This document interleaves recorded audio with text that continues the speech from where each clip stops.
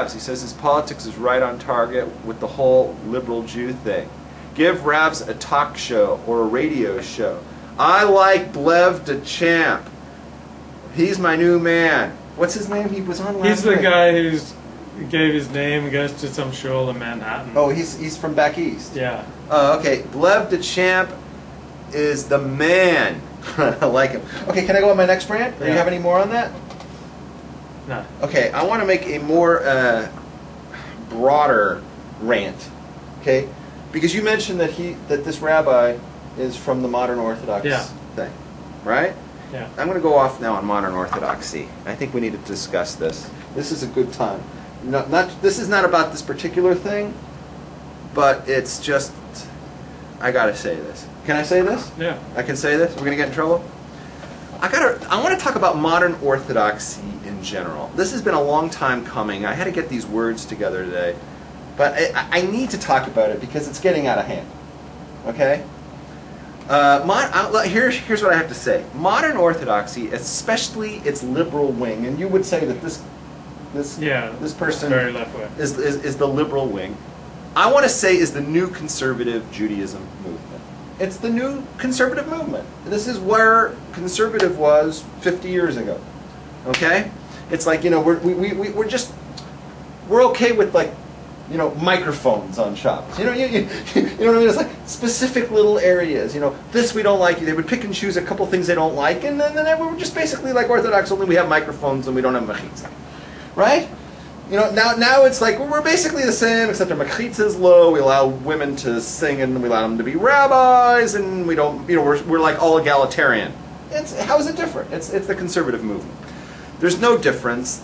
They are the logical conclusion of modern Orthodoxy in its entirety.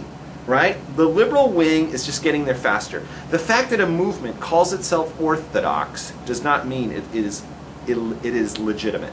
Modern Orthodoxy, I'm going to say it right now, is not a kosher shita.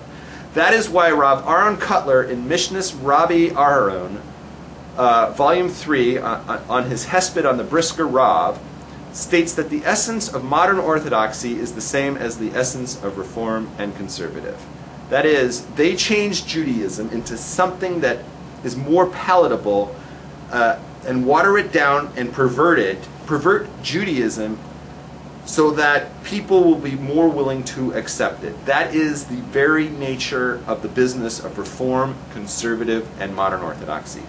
To make compromises in our religion because people will not accept the real thing is the same as what the conservatives and the reformers have done. And you mentioned before that we don't get all tizzy about conservative and reform because we already wrote them off. Yeah. We're getting to the point right now where we may need to write off the modern Orthodox movement. It's happening, right? You already see it with Rav Cutler, and he's no longer even living. It's happening. Modern Orthodoxy is merely a way to rationalize a rebellion against Torah. Modern Orthodox incorporates into their system of values those things that the Goyim value, as opposed to Torah values, who only value what the Torah values. Wait, what did I say?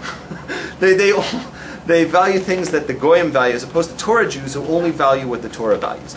Their valuing of non-Jewish ideals has led them to violate Torah in frightful ways. They have incorporated into their normative behavior heretical and idolatrous ideas such as Zionism, which is endemic in their communities.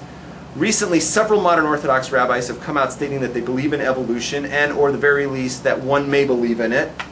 The belief that certain statements of Talmud are false. I've seen this so much on the internet. The whole secular education, not only for Parnasa, but as a means unto itself, that whole nonsense is against an open halacha as well.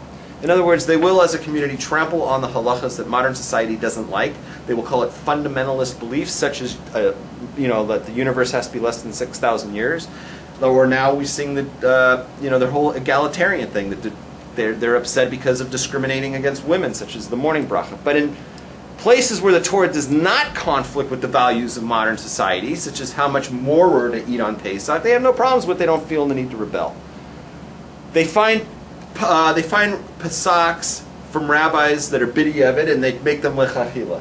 Explain what that means. That means like, like the, What's I a think it's pasach? a pasach is a rabbinical ruling. I'll give you an example. I think it's the Chochmas Autumn, or it was the Aruch HaShulchan. I'd have to look it up.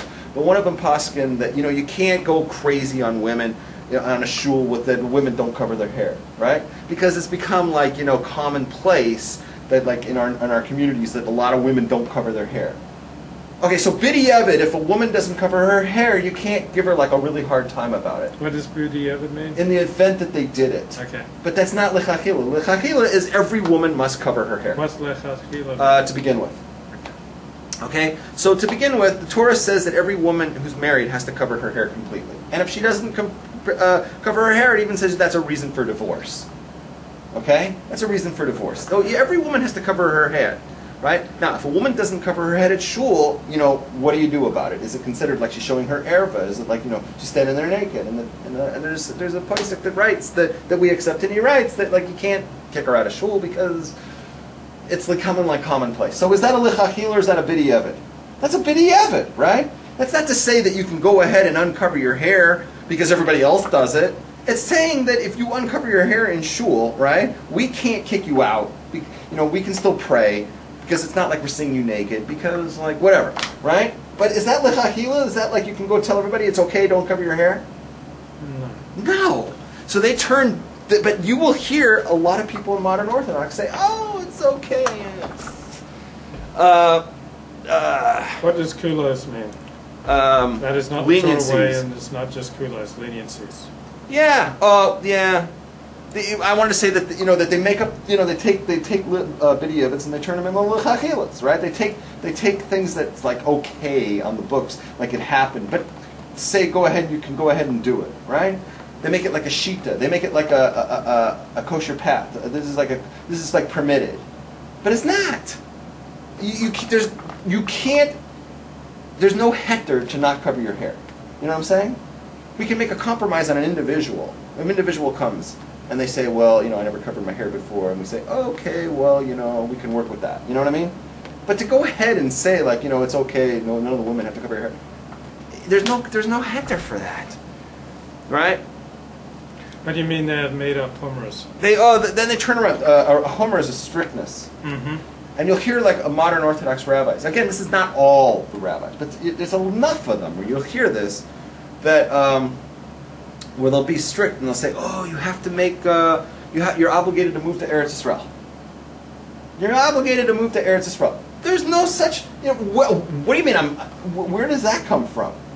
Right? So like they're pressing like they create chumras that you have to do that, and whatever. You have to pray with black people. But what they do is they cherry pick, out of context, if need be, what they want from who they want. Once again, not based on Torah principles, but on Goyish values. So they'll say, "Oh, Rav Shimshon, I can't even say his name. Rav Shimshon Raphael Hirsch. Rav Shimshon Raphael Hirsch believed one should have secular knowledge, and they distort his whole position on that. I've been in arguments on this, right? And they'll say, oh, it's good to go to college, you need to get secular knowledge. But when you tell them the same Rav Hirsch considered Zionism to be heresy, they'll point you to Rav Kook. Okay, so then you go look up Rav Kook, yet when you tell them that Rav Kook believed that women shouldn't have public position, and they shouldn't even be given the right to vote, they'll say they don't follow Rav Kook on that. So who exactly do they follow? Who do they follow? You understand the problem here? Do they follow Rav Hirsch? If they follow Rav Hirsch, right, then they can't hold by Zionism. If they hold by Zionism, then they hold by Rav Kook. If they hold by Rav Kook, they can't hold by this egalitarian nonsense. Pick something. Don't just cherry pick, right? Pick something and stick with it. So in my opinion, and this is just my opinion, modern Orthodoxy has become a movement of just trying to fit in with what the Goyim do, adopting Goyish values to one extent or another, and just morphing that into Judaism. And the difference between Torah Orthodoxy and modern Orthodoxy is this. Modern Orthodoxy allows the values of the current Goyish society to drive their religious beliefs and behaviors, whereas Torah Orthodoxy limits the religious beliefs and behaviors to what their own religion says to do, without interference from what the neighbors are doing. What do you think about that?